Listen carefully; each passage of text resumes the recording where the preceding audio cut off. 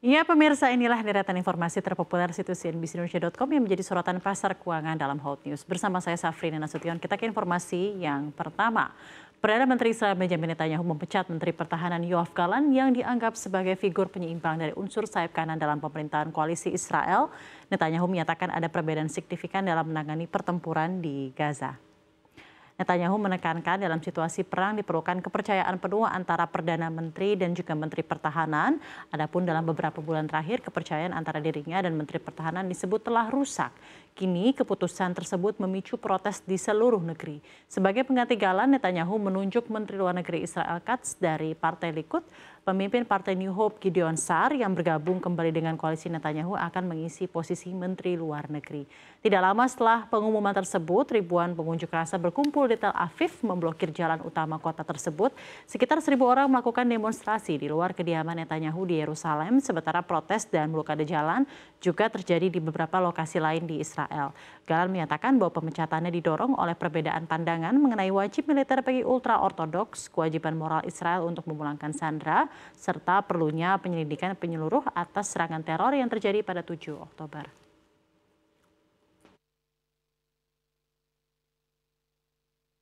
אבל המשבר האמון שהלך ונפער ביני לבין שר הביטחון הפך לנחלת הכלל, והמשבר הזה אינו מאפשר המשך תקין של ניהול המערכה. לא רק אני אומר את זה. מרבית חברי הממשלה ומרבית חברי הקבינט, כמעט כולם, שותפים לתחושה הזאת שכך אי אפשר להמשיך. לאור זאת, החלטתי היום על סיום כהונתו של שר הביטחון. במקומו החלטתי למנות לתפקיד את השר ישראל כץ. ישראל כץ כבר הוכיח את היכולות שלו, את התרומה שלו לביטחון הלאומי, גם כשר החוץ, כשר האוצר, כשר המודיעין במשך 5 שנים, ולא פחות חשוב מזה, כחבר בקבינט המדיני-ביטחוני במשך שנים ארוכות. דקות אחדות לפני השעה 8 בערב, הודיע לי ראש הממשלה כי החליט לפטר אותי מתפקידי כשר הביטחון בעיצומה של המלחמה. הפיטורים הללו מגיעים כתוצאה ממחלוקת על 3 נושאים. הראשון, עמידתי הנחרצת על כך שכל מי שנמצא בגיל הגיוס הינו חייב גיוס. עליו לשרת בצה"ל ולהגן על מדינת ישראל. Berikut informasi selanjutnya, pada pemilihan Presiden Amerika Serikat yang berlangsung Selasa 5 November waktu setempat, hampir 3/4 pemilih menganggap demokrasi Amerika berada dalam ancaman. Berdasarkan data exit poll nasional yang dikumpulkan Edison Research, pemilih menunjukkan kekhawatiran mendalam terhadap stabilitas negara. Hasil ini tampak setelah kampanye yang penuh persaingan antara kandidat Demokrat Kamala Harris dan kandidat Republik Donald Trump. Isu demokrasi dan ekonomi menjadi perhatian utama, diikuti oleh isu-isu seperti aborsi dan imigrasi. Sekitar 73% pemilih percaya bahwa demokrasi terancam, sementara 25% menyatakan masih merasa aman terhadap keadaan demokrasi di Amerika Serikat.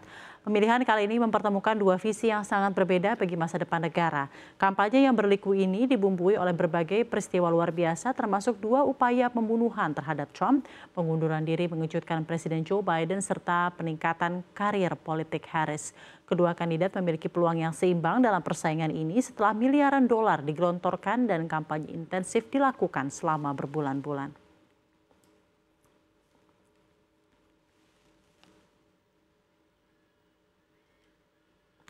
Kini kita ke informasi populer dari domestik. Presiden Indonesia Prabowo Subianto akan meluncurkan lembaga daya Anagata Nusantara atau Danantara beserta dengan besaran dana kelolaannya pada 7 November 2024.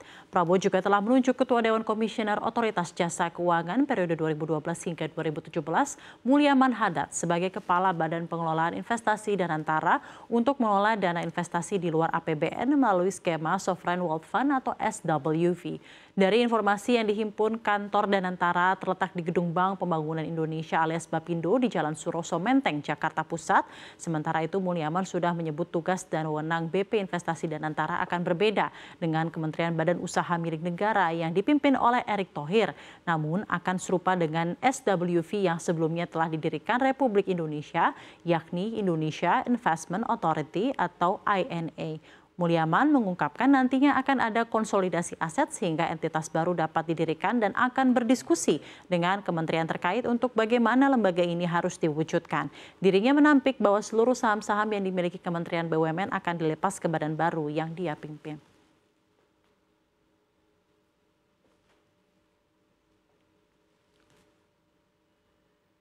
Bank Indonesia mengungkapkan ciri-ciri rekening yang mungkin digunakan untuk aktivitas judi online. Ini diungkapkan BI dalam surat kepada direksi bank beberapa waktu lalu. Ciri-ciri tersebut terkait aktivitas tidak lazim pada sebuah akun. Tanda yang dibeberkan berlaku pada semua akun, baik pribadi maupun merchant. Salah satu ciri yang patut diwaspadai saat ada aktivitas dengan frekuensi sangat sering terjadi saat malam hingga dini hari. Selain itu, nilai transaksi juga kecil dengan berulang pada satu akun, di mana akun itu juga akan menarik dana atau transfer jumlah uang yang besar dalam satu waktu tertentu. Ciri lainnya adalah akun yang tidak pernah dipakai atau terbengkalai tiba-tiba aktif kembali. Ada pula nilai transaksi tidak sesuai dengan profil nasabah atau merchant. Biasanya nilai tersebut melebihi batas wajarnya. Para bank juga diminta melakukan monitoring khusus yakni pada perkembangan transaksi merchant yang menyediakan game online, voucher pulsa, dan penyedia software. Selain itu, monitoring diminta melakukan pada merchant yang mengandung nama tidak lazim atau mengandung istilah judi online. Misalnya gacor, tembus, dan slot. Jika bank menemukan adanya aktivitas penyalahgunaan akun dan merchant yang memfasilitasi judi online, mereka diminta melakukan penutupan atau pemutusan kerjasama. Laporan transaksi mencurigakan juga diminta disampaikan kepada laporan transaksi keuangan mencurigakan (PPATK).